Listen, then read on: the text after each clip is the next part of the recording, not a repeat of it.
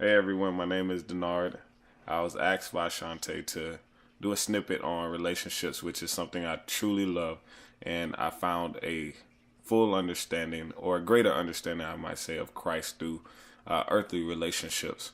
And one thing I would say for all those that are in question, uh, to get a good glimpse of your heavenly relationship, take a look at your earthly relationships.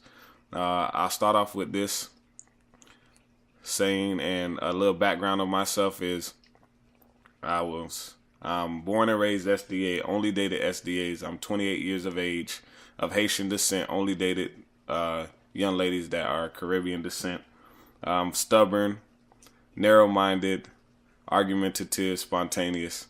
And so, as you can see, those are not necessarily the best qualities to have in a relationship. I've been in two relationships prior to this third one that I'm in. The first one was 4.5 years. Second one for 3.5 years. All ended. And some consider me a relationship expert, but at times I was down on myself, considered myself a relationship failure.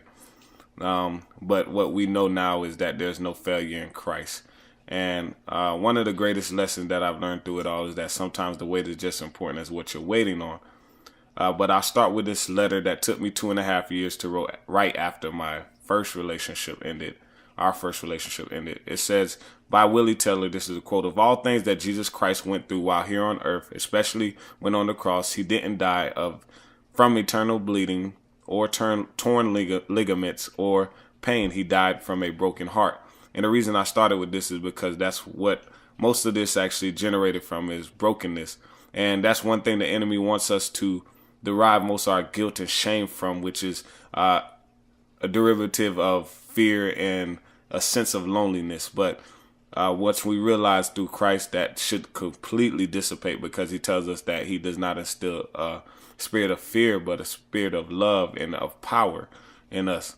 And now, just a couple of things I want to make mention of is that during the time of my first relationship, I did fornicate, I smoked, I drank, and also I was boastful in myself. But one thing I came to recognize is in that relationship is that I actually put that relationship above Christ.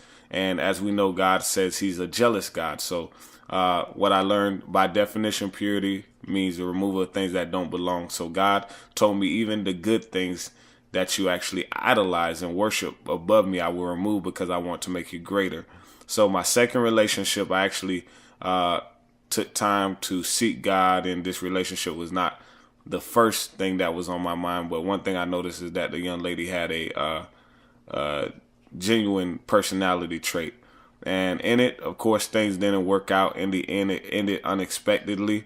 The young lady grew, I grew. But one thing God taught me is that if I don't give you what you want, will you continue to seek me? And also, he asked me this simple question, which was, I felt like because I could not move on through relationships, God, did I not learn my lesson? But God taught me something simple. He said, when exiting buildings, Denard, do you walk through forward or do you walk through backwards? And I answered the question after being bewildered for a while. I walked through naturally. We all do the same, as walk through these doors forward. The only time you would find yourself walking backwards is when you're actually carrying baggage. Think about it when you're going to a grocery store. So God showed me that in the natural that I can walk and move forward. So I'm challenging everyone that's going through relationship struggles right now to move forward, but move forward with Christ at the forefront. All right, stop trying to lead and be led. And other than that, remember, sometimes the wait is just important as what you're waiting on.